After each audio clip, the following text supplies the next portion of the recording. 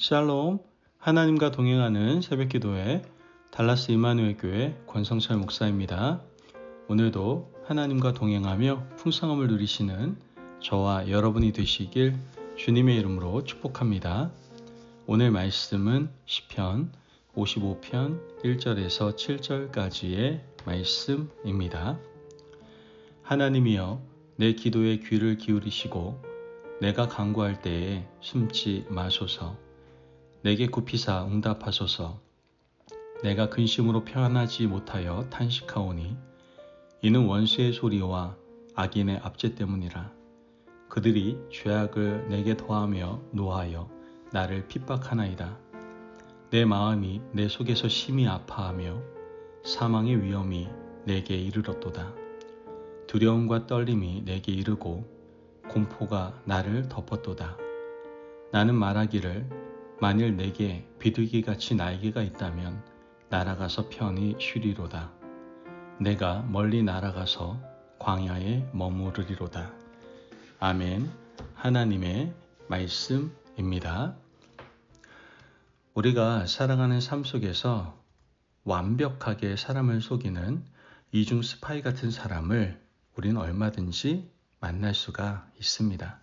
차라리 악한 사람이라고 하면 내가 속고 손해를 보아도 좀 덜 억울할 텐데, 너무 가까운 사람이고 믿었던 사람인데 그런 사람에게 배신을 당하면 우리는 세상을 등지고 싶은 심각한 혼란을 겪게 된다는 것이죠. 본문의 다윗도 역시 이와 같은 어려움을 겪고 있는 것을 보게 됩니다. 3절의 4절 말씀을 보면 이는 원수의 소리와 악인의 압제 때문이라. 그들이 죄악을 내게 더하며 노하여 나를 핍박하나이다. 내 마음이 내 속에서 심히 아파하며 사망의 위험이 내게 이르렀도다. 다윗은 원수의 소리와 악인의 압제 때문에 심히 아프다라고 말하고 있습니다. 그런데 그 원수, 그 악인이 누구인지는 한참 뒤에 말을 하고 있습니다. 시편 55편 12절 말씀을 보면 나를 책망하는 자는 원수가 아니라 원수일진데 내가 참았으리라. 나를 대하여 자기를 높이는 자는 나를 미워하는 자가 아니라 미워하는 자일진데 내가 그를 피하여 숨었으리라. 굉장히 독특한 표현 아닙니까? 원수가 아니라 원수일진데, 미워하는 자가 아니라 미워하는 자일진데, 참 표현이 독특합니다. 이 말은 다윗의 가장 가까운 동료이고 친구였다라는 겁니다. 시편 55편 13절 14절 말씀을 보면 그는 곧 너로다. 나의 동료, 나의 친구여, 나의 가까운 친우로다. 우리가 같이 재미있게 의논하며 무리와 함께하여 하나님 집 안에서 다녔도다. 하나님의 성전에서도 거닐고 함께 주의 일을 의논하고 또 기도 제목을 나누고 어려운 시간들을 이겨내자고 약속했던 둘도 없는 친구가 나를 비방하는 원수였고 칼을 들고 내 뒤통수를 겨누고 있는 악한 사람이었다는 것. 이 사실을 시간이 지나서야 직시하고 깨닫게 되었던 것이죠. 그때 그가 받은 충격이 과연 어느 정도였을까요? 우리 인생에도 이런 일을 한두 번 겪으면 어떤 사람도 믿을 수 있습니까? 믿지 못합니까? 믿지 못합니다. 아마 믿고 싶지 않을 겁니다. 한 번만 이런 일을 겪어도 말이 없어지고 심각한 대인기피증에 걸리게 된다는 거죠. 다윗도 역시 예외가 아니었습니다. 이 일을 겪은 후에 그의 상태를 성경에서 말하는데요. 6절 7절 말씀 보면 나는 말하기를 만일 내게 비둘기같이 날개가 있다면 날아가서 편히 쉬리로다. 내가 멀리 날아가서 광야에 머무르리로다. 사람이 사는 곳에 살고 싶지 않고 비둘기같이 날개가 있다면 광야에 가서 홀로 있고 싶다는 마음을 지금 토로하고 있는 겁니다. 이제는 하나님께 기도하는 것도 사람들과 대인관계를 가지는 것도 공동체 생활을 하는 것도 누구를 믿는 것도 어떤 사람과 기도 제목을 나누는 것도 할 수 없게 된 다윗의 안타까운 상황을 보게 되는 겁니다. 대인기피증을 지나서 분노가 생깁니다. 그 분노를 시편 55편 9절에서 표현하고 있는데요. 내가 성내에서 강포와 분쟁을 보았사오니 주여 그들을 멸하소서. 그들의 혀를 잘라버리소서. 그들의 혀를 잘라달라고 하나님께 구할 정도로 강한 울분과 분노가 그를 감싸고 있었던 겁니다. 사람을 피하고 싶은 동시에 마음속에서 일어나는 깊은 분노, 배신감에 몸을 떠는 분노를 견딜 수가 없었던 것이죠. 누구나 다윗과 같은 상황이라면 당연히 분노하지 않겠습니까? 하지만 믿음의 사람인 다윗은 대인기피증과 분노에 오래 사로잡혀 있지 않았다는 것이죠. 내적 갈등이 길면 길수록 결국 자신의 영혼을 갉아먹게 되어 있습니다.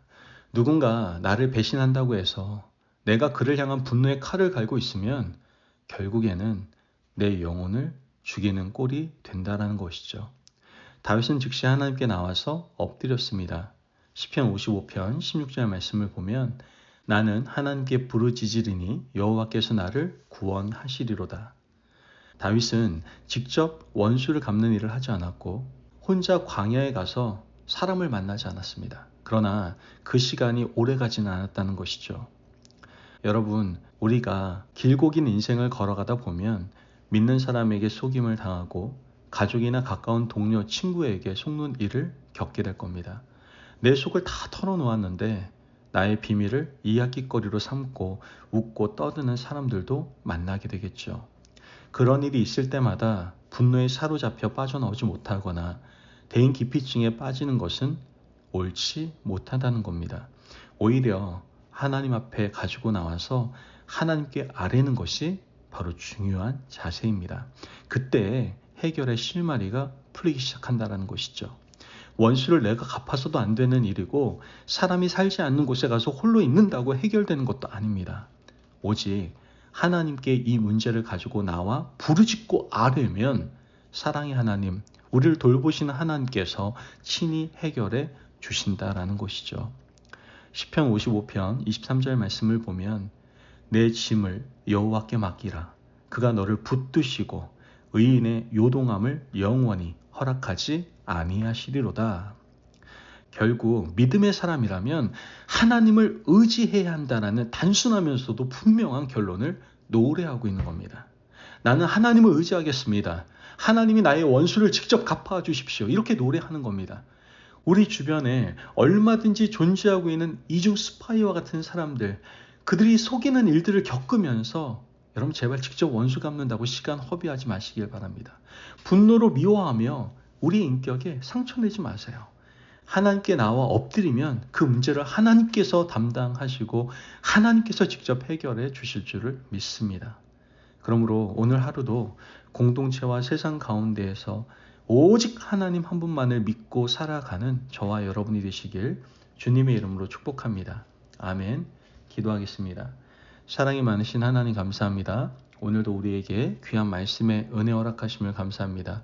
하나님, 사람은 믿을 존재가 아님을 다시 한번 마음에 새기길 원합니다. 사람으로 인하여 우리가 상처받았을 때 분노와 좌절보다는 하나님 앞에 이제 온전히 나와 엎드려 문제를 해결하는 믿음의 사람들 될 수 있도록 인도하여 주옵소서.